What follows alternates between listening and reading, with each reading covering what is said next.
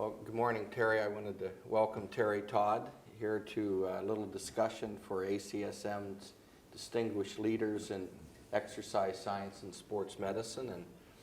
And like Jan, Todd, I've known Terry for a long time, more in a history of sport capacity, but Terry started in this as a weightlifter and a tennis player, and so I just wanted to sort of go back with the earlier years of your life and where you were and what you were doing and how you became interested in weights and your education, and then maybe go from there into the 60s and then when you met Jan, and we'll pick up from there. But well, I was a tennis player. I didn't, even though I was bigger than most of the other kids, I didn't play football.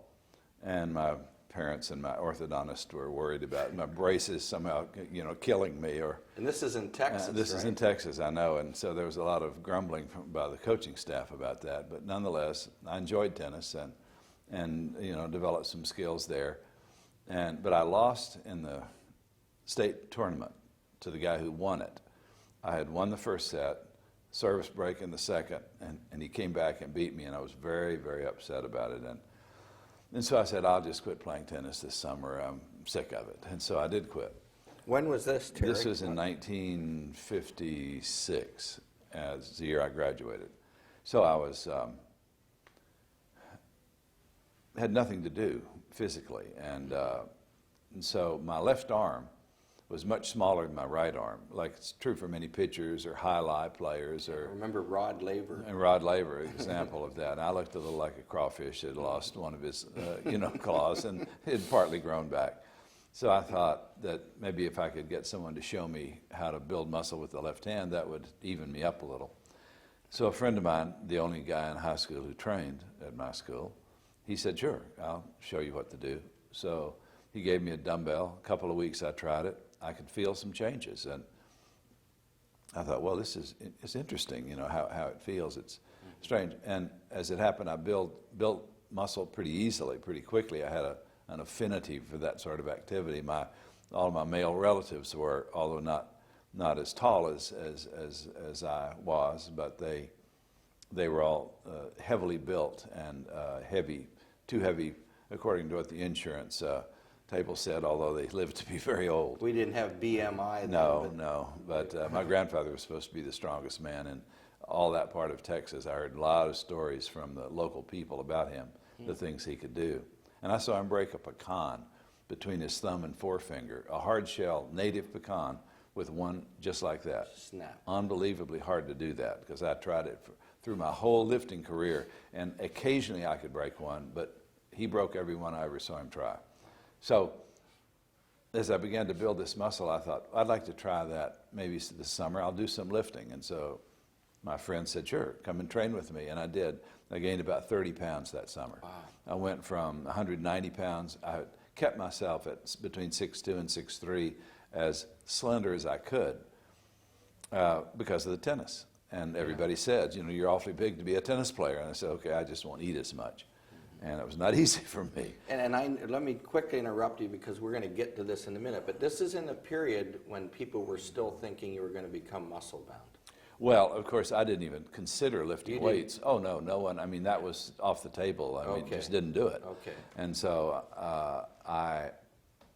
it wasn't done by football players, and it damn sure wouldn't have been done for tennis players. Yeah. But when I started lifting and I gained the weight so quickly, and it was mostly muscle weight, because I was the ideal age to gain muscle and strength, and so I decided in any case I would go out for the tennis team, even though I was 220, because I enjoyed tennis, loved it, and so I went out. I made the freshman team. I was the best freshman player they had. That's at the University of Texas. Yes, and I had a full scholarship in tennis. I continued to lift and play through all my sophomore year. I played in the national championships. In the fall of my junior year, I had reached 240 pounds. And there was only one player on the football team heavier than I was, only one. Now, that's startling, it seems now. Yeah, sure. I was more the size of a linebacker or a running back, but I was bigger. There was one man, football player, about 245, and sort of endomorphic. He was, but he weighed a little bit more than I did. I was bigger than everybody else, and that caused a lot of grief and consternation and, you know, tearing of the hair by my coach, who didn't have much hair. He was very upset because of the lifting, and I couldn't hide it. You know, I lifted in secret, but he knew. I mean, you couldn't miss me, and so he continued to harangue me about it, and so finally we remained good friends. And I said, Wilmer, look, I'm not going to stop, and you're not going to stop being upset about it. So since I live at home, tuition is cheap, I'm going to concentrate on my lifting and get out of your hair. So we parted friends, and I continued to lift weights and went all the way from 240 up to around 340 over the next maybe 5 years. Now you were out of college. Well, I was still in graduate school. You went to Texas. Yes, then, I went straight into a graduate program and took the Ph.D. in 1966. Okay. And but I was doing the lifting. By that time, I was national powerlifting champion. I had won a national weightlifting championships earlier, but I didn't have natural flexibility, and that's a very important thing for weightlifting. And I had the athleticism aspect of the power aspect, but not the flexibility aspect. Mm-hmm. So I was having to be, some people who I was stronger than, they would beat me in weightlifting because they were more flexible. They could hit a deeper position. So I just concentrated on powerlifting, which had just come along. So I won the first couple of national powerlifting championships, 64 and 65. Okay. Now, did you find that on your own, or was it someone at the university that the competitive aspect? Yes. Well, what happened is, because I got so strong so fast when I started lifting, that when I came out and started doing the tennis, I also met the guys, and there were just a handful of them, who did competitive weightlifting, because it was still frowned on. I mean, I went in one day to my trainer, the athletic trainer. I have, as a full scholarship guy, I had a right to go and consult him. Well, he was very, very, insulting. He said, well, look at you, for God's sakes. No wonder your back's hurting. I said, look, what's wrong with you? I've heard about you. You know, you're bigger than all my football players. You know, said, come back when you've, quit this craziness. And he was famous for being totally against weightlifting. Mm-hmm. And so, I couldn't say exactly at 240 that I slunk out of the room, but I left the room, never to return. But that was the way everybody felt. At that time, the lifters, the football players were not training, baseball certainly not, golf absolutely not, tennis, nothing. It was just not done. Or dance. It was just not done. It was widely believed that it would make you muscle bound, that it would slow you up, that it would limit your range of motion, your reflex, your fineness of coordination would be. I, of course, had learned what other lifters had learned, which that was just absolutely wrong. Now, of course, it's required. So I lived through the era from the time it was forbidden to when it was required. Mm-hmm. So you don't get a bigger change than that. Yeah. And it was, I not only got to see it, but I got to be part of it, which was interesting. Yeah. We don't have time to go into the whole story, but can you pinpoint one or two events that you think caused that shift? Yes, to be honest, it was a big change. I was always curious about it, because as I started lifting, I had read some of the articles in Strength and Health. You knew better. Again, I had started reading, as soon as I started lifting, Strength and Health magazines. My friend had lots of back issues. He lent these to me, and I always wanted to read whatever I was doing. I read all the tennis books back when I was doing tennis, mm-hmm. and I was reading all the lifting books that I could get my hands on. And they were preaching that, no, it's not bad for you, it's good for you. And Hoffman used to say it will improve any man in his chosen sport. Mm-hmm. And so I was giving it a try to see if it helped me, but it did help me. I could have certainly been better at tennis if I'd stayed at 220 or even 210, but I was I was quicker around the court. I mean, when I was 340, I could jump higher than I could when I was 190. I could get way up over the rim with both hands. And so even though I practiced no jumping, but just the power that the weightlifting gave me, I could move the weight that I had higher than I could when I was 150 pounds lighter. So it was a dramatic change that I wrought in my body, and I could tell that Hoffman was right and the sports scientists were wrong. Yes. They were just mistaken. Yes. And just about the time I started lifting weights, there began to be some research that was done. Springfield was a great example of that. What happened with Dr. Karpovich there, some of the research he did, the book he and Jim Murray wrote called The Weight Training in Athletics, that was very, very important. But this myth was so widely believed that it took a long time for it ever to be broken down. And I think a big watershed moment, not moment, but series of moments at LSU. Billy Cannon was at a high school. Al Roy, very experienced weightlifting trainer, he talked the coach into letting him put the entire football team on a program. 50s? And this would be 1955. Yeah. And so that year, the previous year, they had lost a bunch of games. The next year, they won every game, and not just about a little bit. They killed everybody.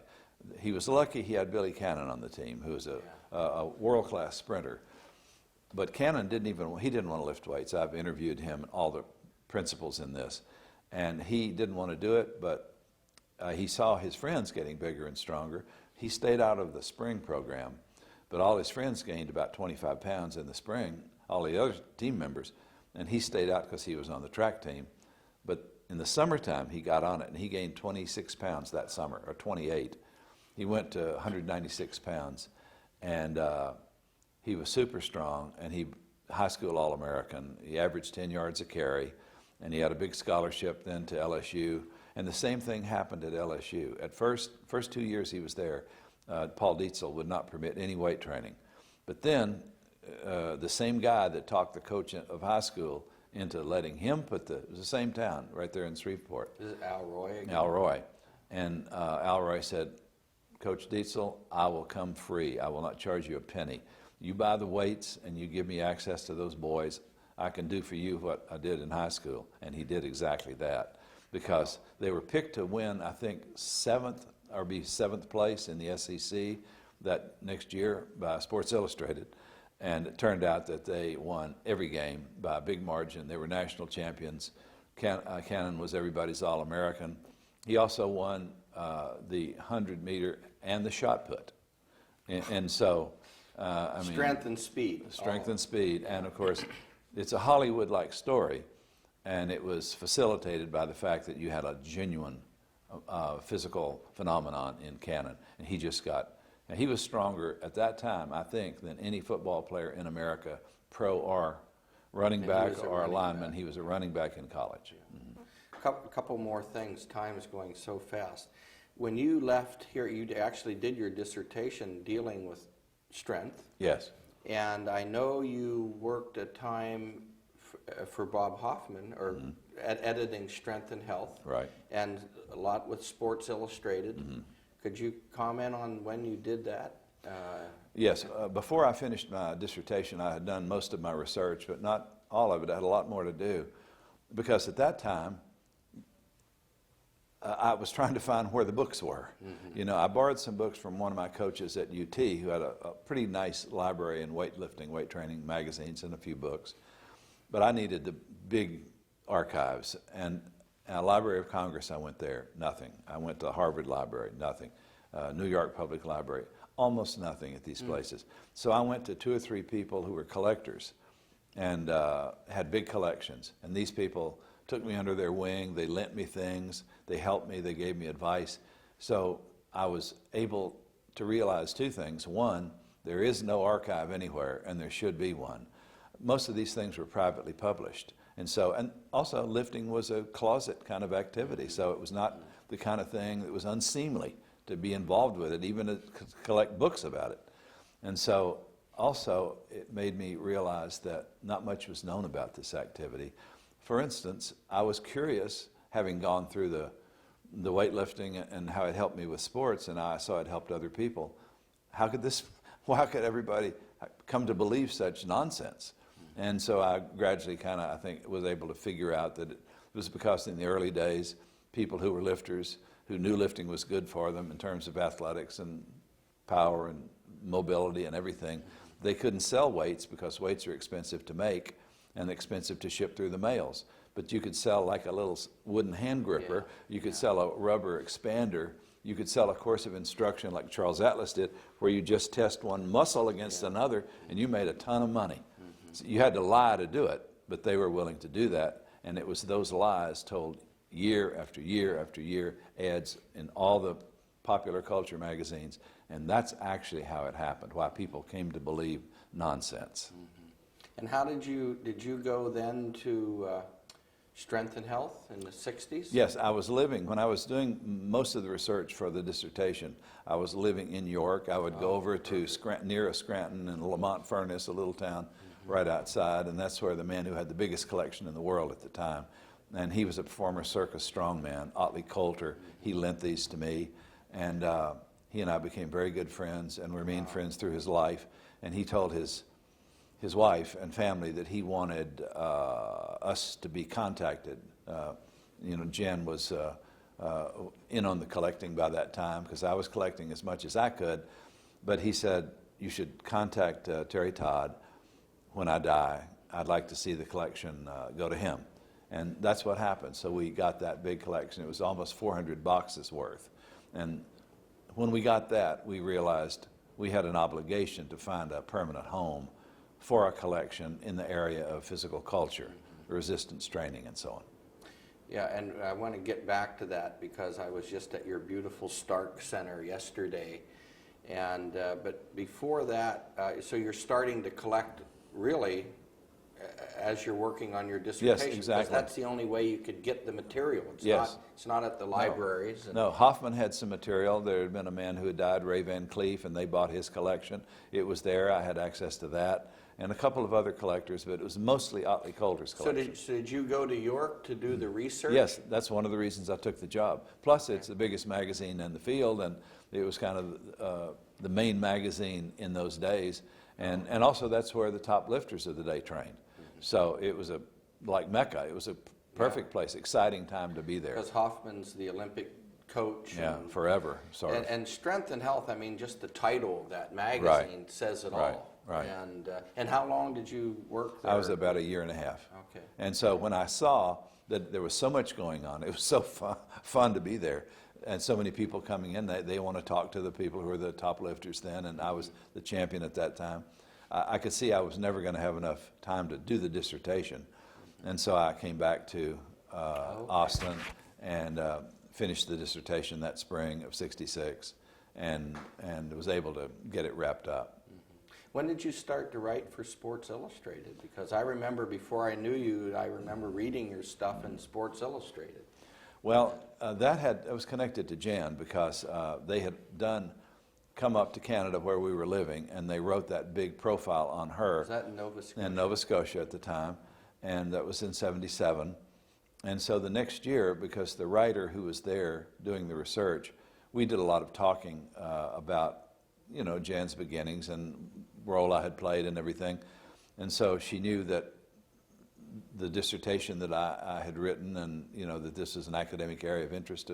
I kept up with the sports. I did a lot of writing for the muscle magazines, writing up contests and other articles about different aspects of the game. And so they had a weightlifting event going on, and they asked me, SI did, Sports Illustrated did, if I would go along with their writer to sort of help in terms of background, help in reporting. And so I did this, and then I think somebody there got a sample of some of the things I had written for these other magazines. Then they asked me if I would like to submit an article. So I said, yeah, I'd like to write an article about this guy, Al Turner. He's a great arm wrestler, and he's up in his 50s. And they said, well, that sounds great. So I did that article, and I think that was '78. And so after that, anytime I had an idea, I would submit it. And like the one about Jan and Casimir and us going over to the Highland Games, her lifting the Denny Stones. That was one that I had suggested as a possibility because it seemed colorful, interesting, and it was a nice way to have a free trip, all expenses paid to Scotland and make some money. And so we had a good time with that. And so I got to do a lot of articles of that sort. And TV, I remember you did Yeah. TV commentary Right. for Olympic Games. I Yeah, think. in the early days of powerlifting, Eddie Einhorn was the head of CBS Sports, and he wanted to get in on the powerlifting because it was then a kind of new TV sport, and it was only one federation, so there were not all of these myriad federations.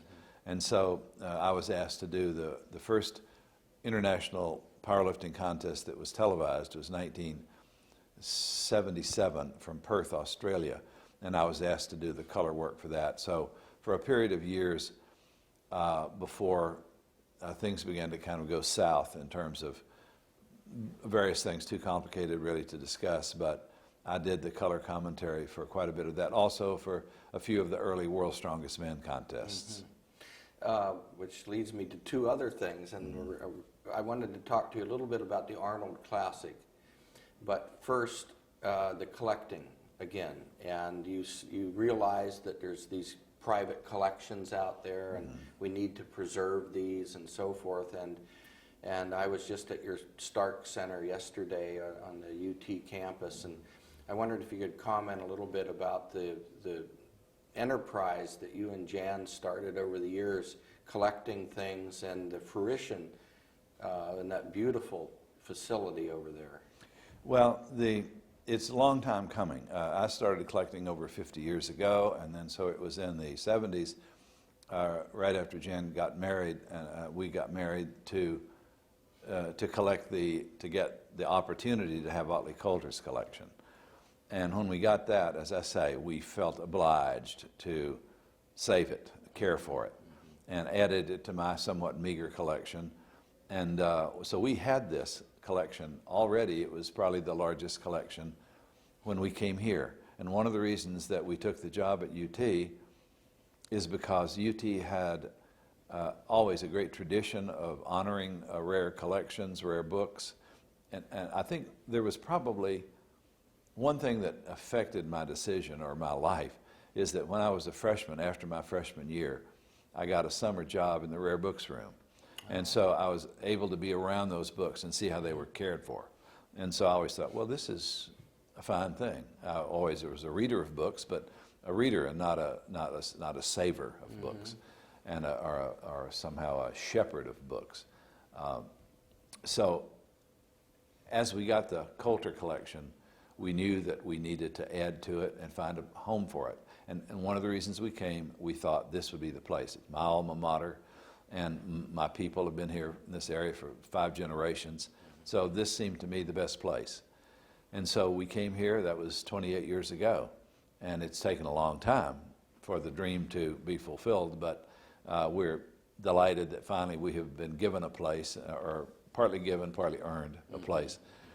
We have 27,500 square feet, and we have over 30,000 volumes. You know, we have over 2,100 magazine and journal titles, and we have a lot of artifacts, a lot of rare materials, and so we're really a research library. That's our main function. We have an exhibit component. We have the Weider Museum within the Stark Center. Joe Weider has been one of our donors, one of our supporters. And so we've raised multiple millions of dollars to be able to have this thing come true, because the university said, yeah, you can have this big space, but you've got to raise the money to build it out. And so maybe they didn't think we could do it, but we managed to do it. So we're pleased to be underway. It's still an awful lot to do and more things to collect, but it's a challenge, and we're happy to be able to try to rise to the occasion. And you're actually in a beautiful new part of the stadium on campus. It's a great fortuitous location. Yeah. And so, yeah, we feel blessed, and so we're trying to do our best to make the most of this space. One final thing, and again, we could talk for hours. I have a lot of questions, but sort of in the national scene now, I know you've been involved with something called the Arnold Classic. Could you tell us a little bit about that, when it started and why, and what role it plays? And the Arnold Classic started as a bodybuilding contest over 30 years ago. Oh, and it's been in Columbus, Ohio every year Arnold came over in 1970 to be just sort of a poser at the World Weightlifting Championships that a guy named Jim Lorimer was promoting. And Arnold was very impressed. He told Lorimer, of course Arnold was nobody, he was a top bodybuilder, but he was no more than that. Yeah. And he said, I like very much what you do, I like very much your organization. One day I will be able to have a contest like this of my own. Wow. I want you to promote it for me. So Lorimer didn't take that all that seriously. However, just a few years later, you know, he had become Conan the Republican, and so he was able to do exactly what he said, and he's been doing it all these years, and Lorimer still runs it. Lorimer's in his early 80s now, wow. But it's an enormous festival. You were saying it involves not just bodybuilding, no, obviously. Bodybuilding is a tiny little corner now. But that's how it started. That's how it started. They still have the bodybuilding, but they have, last year they had 49 sports. They had, I believe it was 19,000 athletes. It's more than the Summer Olympic Games. They had 180,000 people came through the trade show over 3 days. And about 10 years ago, we were asked to create a strongman show and to try to make it more, wouldn't say legitimate, but more accurate in terms of testing who really was the strongest than the world's strongest man on TV that's been going on now for 33 years, I think. Because a lot of those events are kind of TV driven. The TV executives have a heavy hand in deciding what events to use, whereas our event, it's all decided by people who are experts in strength. And we like to have TV, and we have TV. It's a huge sport. Our event is shown worldwide on TV. But they cover it kind of like you cover a baseball game. They don't stop and start the events based on the whims of the television people. And so we feel that it has become, it's generally agreed to be now the most legitimate test of overall body strength. And so we've had challenges with it, but it's been a lot of fun, really. And how much longer we'll be able to take the time away from our work at the Stark Center. But we have the biggest prize money. Each year the winner wins about $100,000. And so it's remarkable to see the level of strength people have reached. And not all these big men use drugs. I would have to, if I had to guess, I would say majority do. And we're trying hard to find a way to drug test. But the sport is in its infancy. It doesn't have a big base like swimming or tennis or track and field. And so it's difficult to have the political leverage to do it. But we're hoping that one day we can. Do you have a strong woman? No, we do not have that yet. However, I'm surprised Jan hasn't been after you. Well, several people have actually been talking about having this for next year. We did add an event this last year in which specifically tested hand strength. And because that's gotten to be all the rage now, all kinds of new feats of strength are being done. But to have a contest for women is probably going to be the next thing that we do. Yeah, I think that would be good. Jen would like that. Yes, I'm sure. Well, thank you, Terry, so much. That a half hour Thank you. went very fast. Thank you.